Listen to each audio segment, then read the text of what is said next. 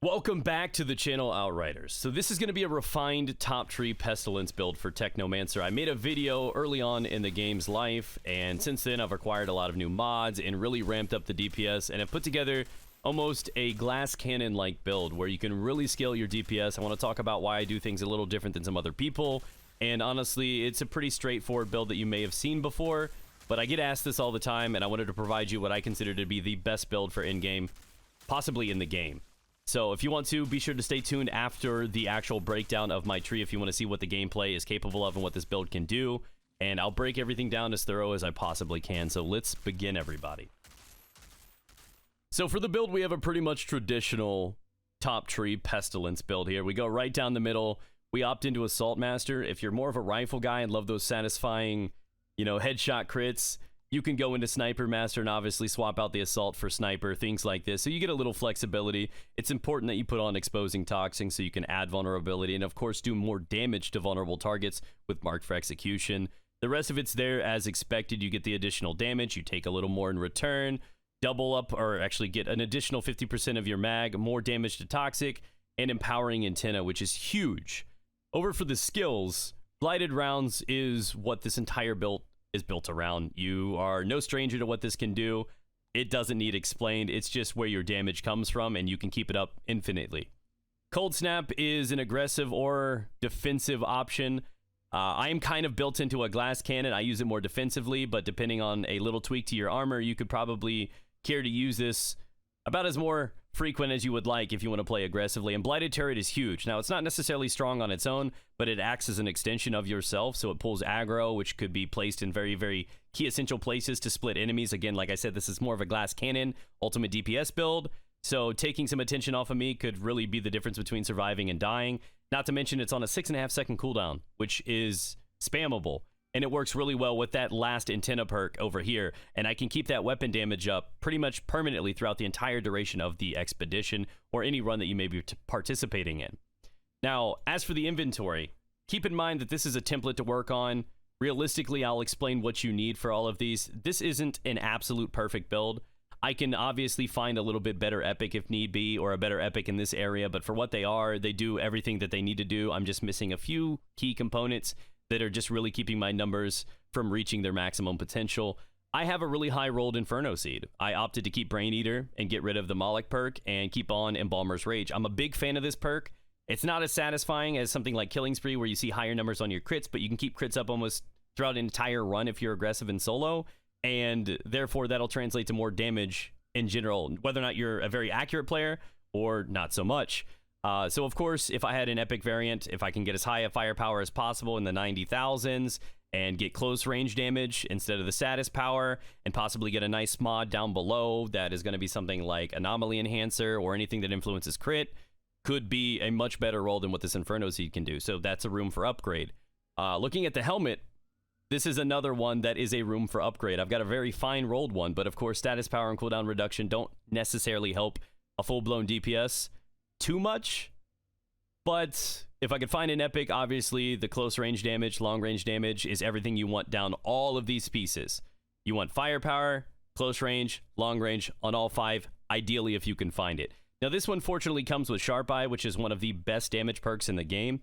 You end up stacking up to 3 times 16,000 firepower. It lasts for 20 seconds. So through most of your runs and waves, you're going to keep this up permanently.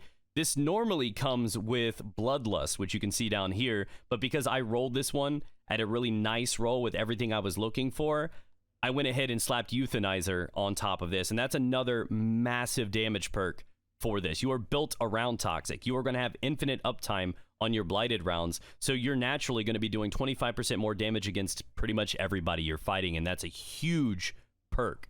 Now back down here to the coat, as you can see, we have the trifecta there. We have the firepower, the long range, and the close range. I opted into throwing Captain Hunter on there too, so that the damage against elites is 25% more.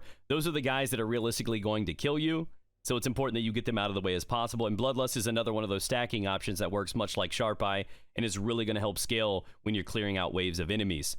Next up, we have the pants, again the trifecta, high armor roll on this one, and I've got spare mag. Now, this has a little bit of flexibility. It depends on your confidence in your rolls and the caliber of your rolls, but I don't technically need this, seeing as how I have Brain Eater with Embalmer's Rage. Critical shots don't consume ammo, and I'm pretty much able to keep up critical shots through the entirety of the run. So I should never, ever, and I rarely, if I even have in the last few days, have had to even reload with Blighted rounds. And that's how confident I am and how good this build can be. So I don't even need that. I could opt into a more defensive perk, which I would recommend you guys to keep in the back of your mind. And that's why I opt in for Damage Absorber. I feel like that's a must-have for this build. It's one of the best defensive perks in the game. You get an additional 52,000 armor. And if you're looking at that, that's basically having, 2 layers of clothes. You get what I'm saying? You're doubling up, and that's huge. So right here, I could afford to get rid of Spare Mag and put either a more aggressive perk on for more numbers if I want, which I think is overkill with how strong this is. I would probably choose to have something a bit more defensive if need be, like a Golem perk that procs at 30% health, or possibly even the freeze option as well. For the gloves, again, we got the trifecta. I have Radical Therapy, which is kind of like a weaker version of Euthanizer, so 15% is still huge. So collectively, we're looking at 40. And then we have Kingslayer, so critical hits on Elite increases firepower by 32,000 for 6 seconds. That's a big chunk. It's one that really does help you get through runs, but because it's situational and it's not something you're always going to have up, it just really helps with clear, hopefully those rooms that have lots of enemies. And you can keep this up for close to near permanent uptime, depending on how aggressive you are playing inside of some of these areas and how much you're spacing out the kills on the elites. Last up, the Mycologist Boots. Now, the firepower and close range is there. I'm missing the long range on this one. Crit Stack's a huge DPS option. I think it's great for any build. It's more viable on some of the other classes. I think Pyro really benefits from this more.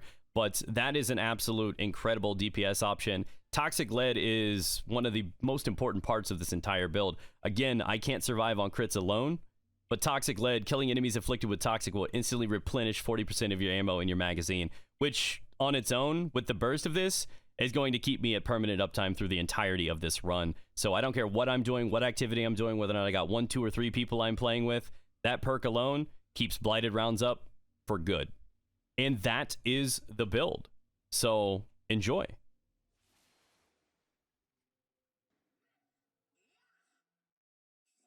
Who the hell are you?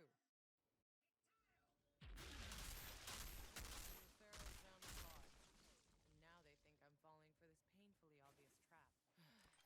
What a bunch of clowns.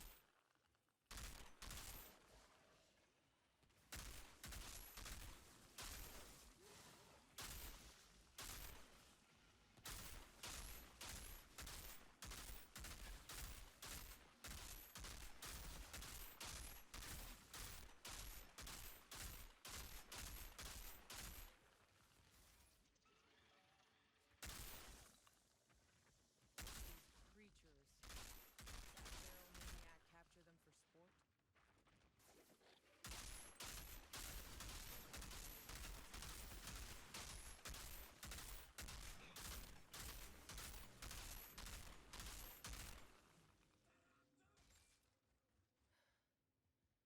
I think that's the last of the monsters, but that maniac isn't too happy about it. Maybe someone.